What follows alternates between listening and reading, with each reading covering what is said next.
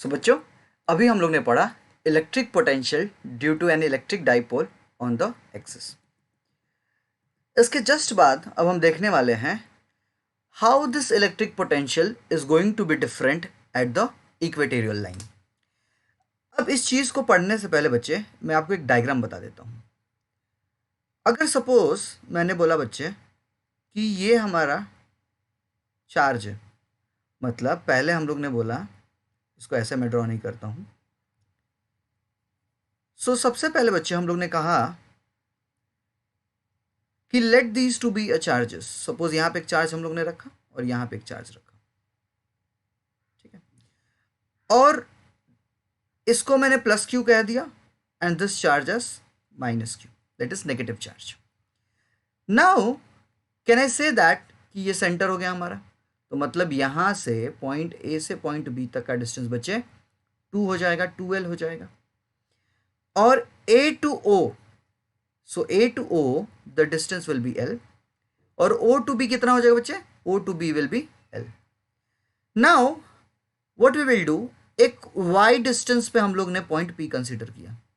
Suppose ये point P consider कर लिया, और ये पॉइंट P जो है बच्चे, ये यहां से y डिस्टेंस पे है, यहां से y डिस्टेंस। अगर मैंने इसको यहां से ज्वाइन कर दिया, ठीक है, सिमिलरली इसको भी मैंने ज्वाइन कर दिया यहां से, तो बच्चे ये एंगल थीटा और ये भी एंगल थीटा हो जाएगा। If these angles are theta, तो क्या मैं बोल सकता हूं कि ये डिस्टेंस भी सेम हो जाएगा। यहां तक किसी को कोई दिक्कत? ठीक है। ये बेसिक सा हमने एक स्केलेटन तैयार कर लिया कि हमारा डायग्राम जो है वो ऐसे दिखने वाला है, ठीक है। ओरिजिनल डायग्राम मैं आपको बता देता हूं। ओरिजिनल मतलब ये भी ओरिजिनल ही है, बट पिक्टोरियल डायग्राम। तो जैसे आप देखोगे यहां पे,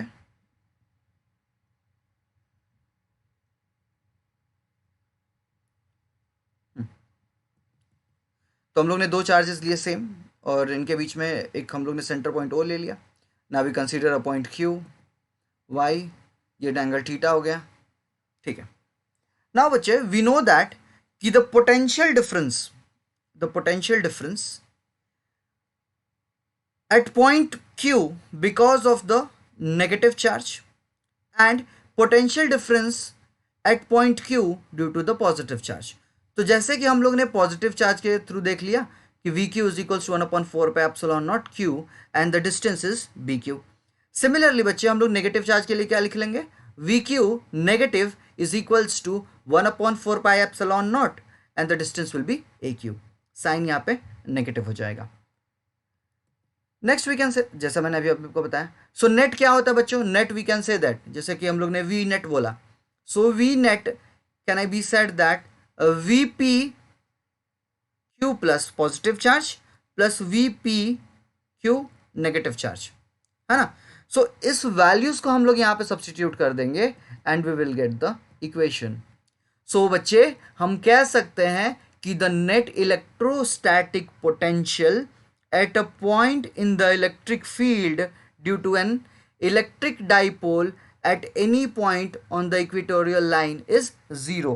तो इक्वेटोरियल लाइन पे अगर हम कोई भी पॉइंट लेते हैं बच्चे, मतलब यहाँ पे अगर हम कोई भी पॉइंट लेते हैं, तो यहाँ पे इलेक्ट्रिक पोटेंशियल क्या हो जाएगा बच्चे? 0 हो जाएगा, ठीक है। पहले हम लोग ने एक्सिस पढ़ा, फिर हम लोग ने इक्वेटोरियल पढ़ा। अब इसके बाद नेक्स्ट बच्चे जो है वो हमारा इक्विपोटेंशियल सरफेस। इक्विपोटेंशियल सरफेस समझने से पहले एक चीज समझते हैं बच्चे। अगर आपको ध्यान होगा बच्चे कि मैंने बताया था कि सपोज ये पेन है हमारा, ठीक है, अगर मैंने इसको इस तरीके से कनेक्ट किए रखा है, तो क्या ये इक्विपोटेंशियल सरफेस है? बिल्कुल ही नहीं। लेकिन मैं जब दोनों को इस सेम हाइट पे लेके आता हूं, सो that is a equipotential surface. तो इस केस में आपने देखा बच्चे कि जब हाइट सेम है, so that is called as equipotential surface. Same way में जब चार्ज सेम हो जाएगा, so that is also called as equipotential surface. कहने का मतलब यह है बच्चे कि सपोज अगर मैंने ये एक स्पीयर लिया, अब इस स्पीयर पे मैंने एक पॉजिटिव चार्ज एकुमुलेट करा दिया, ठीक है, पॉजिटिव चार्ज एकुमुलेट करा दिया। यहां पर एक अनचार्ज्ड बॉडी है, जैसे ही इस बॉडी को if I will connect by your rod, so what will happen, charge from this body will start flowing to the another body. चलो एक काम करते हैं, इसका नामकरण कर देते हैं, तो ए बी हो गया। तो जैसे ही ये पॉजिटिव चार्ज यहाँ पे कनेक्ट हो गया बच्चे लोग, ये पॉजिटिव चार्ज धीरे धीरे धीरे धीरे यहाँ पे आने लगेगा, और वो तब तक आएगा जब दोनों स्पीयर का चार्ज सेम हो जाए। और जैसे ही दोनों स्पीयर का चार्ज सेम हो जाएगा, वी कैन से दैट बच्चे कि the object has acquired a equipotential surface. समझ में आया क्या? सो क्या हो जाएगा? Equipotential surface. सो इक्विपोटेंशियल को हम डिफाइन कैसे करेंगे बच्चे? So we can say that equipotential surface is defined as, एक बार इसको लिख देता हूं मैं ताकि आपके दिमाग में बैठा रहे। So we can say that it is defined as a surface at which the potential difference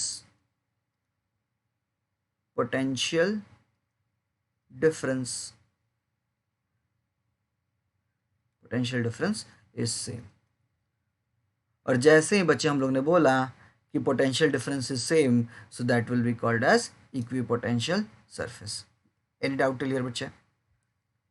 so equipotential surface समझ में आ गया। इसको और भी अच्छे तरीके से देखते हैं।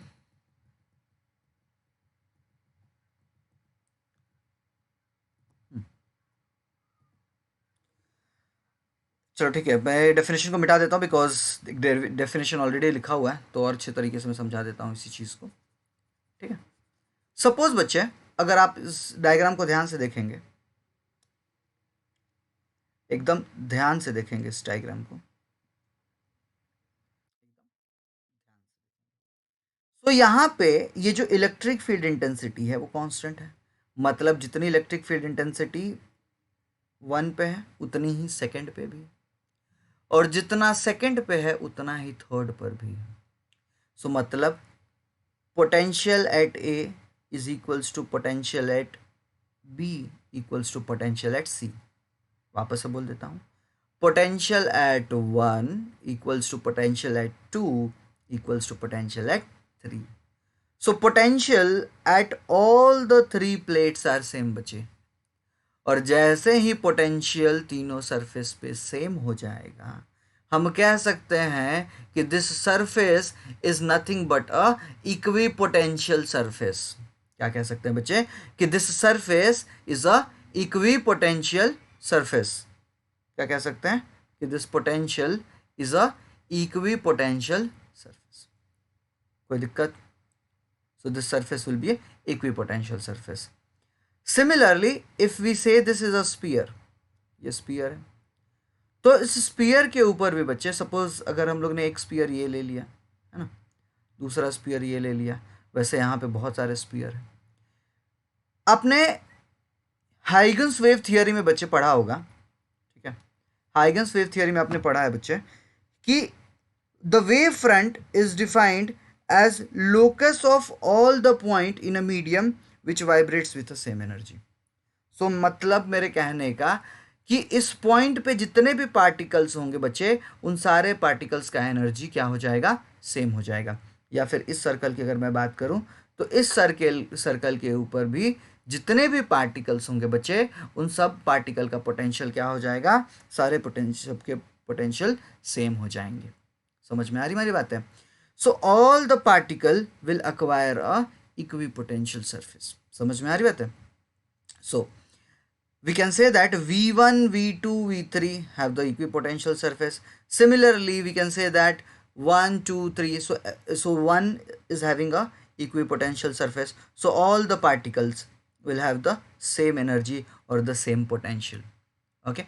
So at a surface at every point of which the potential due to a charge distribution is same is called the equipotential surface.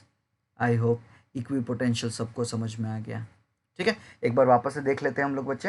अच्छा, एक और एग्जाम्पल आपको बता देता हूँ मैं, बड़ा सिंपल सा एग्जाम्पल है, ठीक है, और बहुत ही इजीली मैं आपको समझा देता हूँ ताकि आपको इस चीज़ का कन्फ्यूजन ना रहे। सो एक सिंपल सा एग्जांपल है बच्चे कि सपोज अगर मैंने एक यहाँ पे टैंक रखा और यहाँ पे टैंक रखा,